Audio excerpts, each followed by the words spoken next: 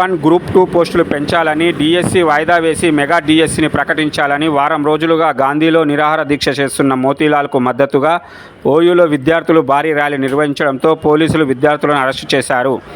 ఈ సందర్భంగా విద్యార్థులు మాట్లాడుతూ ప్రభుత్వం స్పందించకుండా తమ ఆందోళన ఉధృతం చేస్తామని హెచ్చరించారు. ఏదైతే తెలంగాణ రాష్ట్ర ప్రభుత్వం నిరుద్యోగుల కోసం ఇచ్చిన డిమాండ్లను ఏదో పరిష్కరిస్తామని చెప్పిన డిమాండ్లను పరిష్కరించకుండా మా మిత్రుడు మోతీలాల్ నాయక్ 8 రోజులుగా నిరాహార దీక్ష చేస్తే ఎలాంటి స్పందన లేకుండా ఈ ప్రభుత్వము ఎలాంటి చిత్తశుద్ధి లేకుండా ఉన్నది. కాబట్టి దీనికి మద్దతుగా ప్రతి ఒక్క నిరుద్యోగ కదిలి రావాలి, చలో గాంధీ హాస్పిటల్ తిరిగి రావాలని కోరుకుంటున్న మిత్రులారా.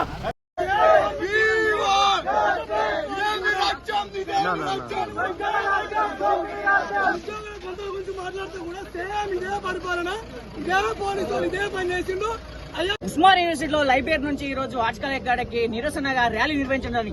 ఎందుకంటే గత ప్రభుత్వంలో విద్యార్థులను మోసం చేసి రెచ్చగొట్టి ఓట్లు వేపించుకొని ఈ రోజు ప్రభుత్వం వచ్చిన తర్వాత ఆ రోజు చెప్పినటువంటి జాబ్ క్యాలెండర్ 2 లక్షల ఉద్యోగాలు, సంవత్సరానికి 2 లక్షలు ఇస్తున్న ఉద్యోగాలను, అదే విధంగా గ్రూప్ 1 1:100 ఇస్తానన్నది ఇప్పటి వరకు ప్రకటించలేదు. అదేవిధంగా గ్రూప్ 2 1:2000 పెంచుతామన్నది ఇప్పటి వరకు పెంచలేదు. అదేవిధంగా గ్రూప్ 3 3000 పెంచుతామన్నది ఇప్పటి వరకు పెంచలేదు. అదేవిధంగా మెగా డిఎస్సిని 25 పైచలకు ఇస్తా అని చెప్పిన ఇప్పటి వరకు 25 పైచలకు వేయలేదు. కాబట్టి ఇవి అన్నిటికీ నిరసనగా ఈ రోజు మోతీలాల్ అనే వ్యక్తి గాంధీ హాస్పిటల్ నిరసన దీక్ష కూర్చుండు. వారికి మద్దతుగా ఈ రోజు మేము రాష్ట్ర నలుమూలల ఈ రోజు రాష్ట్ర ప్రభుత్వానికి వ్యతిరేకంగా నిరసనలు తెలియజేస్తున్నాం. కాబట్టి ఇక్కడ రాష్ట్ర ప్రభుత్వాన్ని ఒకటే డిమాండ్ చేస్తున్నాం, మీరు వెంటనే జాబ్ క్యాలెండర్ విడుదల చేయాలి. అదేవిధంగా ఇక్కడ మోతీలాల్ పెట్టినటువంటి డిమాండ్లను వెంటనే పరిష్కారం లేని ఎడల మేము రాష్ట్రంలో ఎక్కడున్నా కానీ అడ్డుకుంటామని తెలియజేస్తున్నాం.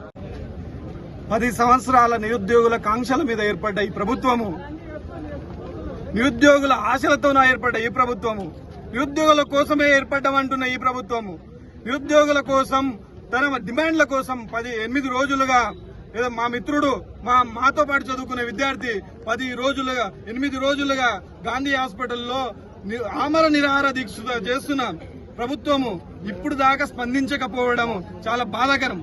అదేవిధంగా ఏదైతే రాహుల్ గాంధీ గారు ఏదైతే ఇప్పుడు అపోజిషన్ లీడర్ ఉన్నారో ఆయన వచ్చి పెద్ద ఎత్తున నిరుద్యోగులే మా ఏకైక లక్ష్యము, ఈ తెలంగాణ రాష్ట్రంలో గత 70 సంవత్సరాలుగా ఎవరెవరినో తరిమేసినాము, బెంగాలను తరిమేసినాం, బీహార్లను తరిమేసినాం, ఆఖరికి ఆంధ్రలో తరిమేసినాం.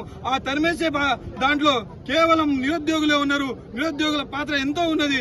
నిరుద్యోగుల కోసమే మా ప్రభుత్వం ఏర్పడితే నిరుద్యోగుల కోసం సంవత్సరానికి 2 లక్షల ఉద్యోగాలు, ఈ 10 డిమాండ్లు ఏదైతే మేము పెట్టినామో గ్రూప్ 1కి 1:10, గ్రూప్ 3 3000 పోస్టులు, గ్రూప్ 2 2000 పోస్టులు, మెగా డిఎస్సి ప్రకటించాలి. అలాంటి మెయిన్ ఆస్పెక్ట్స్ ఈ ప్రభుత్వం వాళ్ళ మేనిఫెస్టోతో సహా డేట్లతో సహా ప్రకటించింది. కానీ ఇప్పుడు ప్రభుత్వం ఏర్పడిన తర్వాత అన్ని ఎలక్షన్స్ అయిపోయిన తర్వాత అంతా గమ్మునైపోయి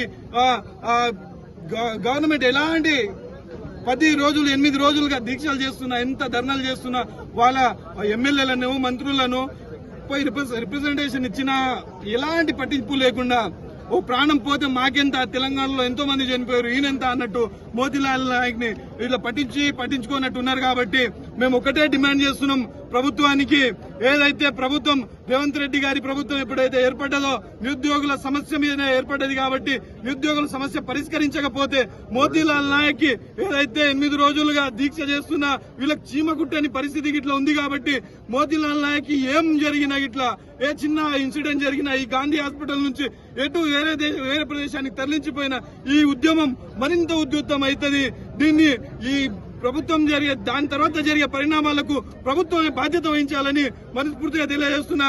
అదేవిధంగా నిరుద్యోగుల వ్యవస్థ ఏదైతే గట్టిగా పాక్కొని పోయిందో 10 సంవత్సరాలుగా ఎంతో ఆశల మీద ఈ నిరుద్యోగులు వెయిట్ చేస్తున్నాం. ఇప్పుడన్నా ప్రభుత్వము సానుకూలంగా స్పందించి ముఖ్యమంత్రి గారు దీని మీద సమీక్ష నిర్వహించాలని కోరుకుంటా ఉన్నాం.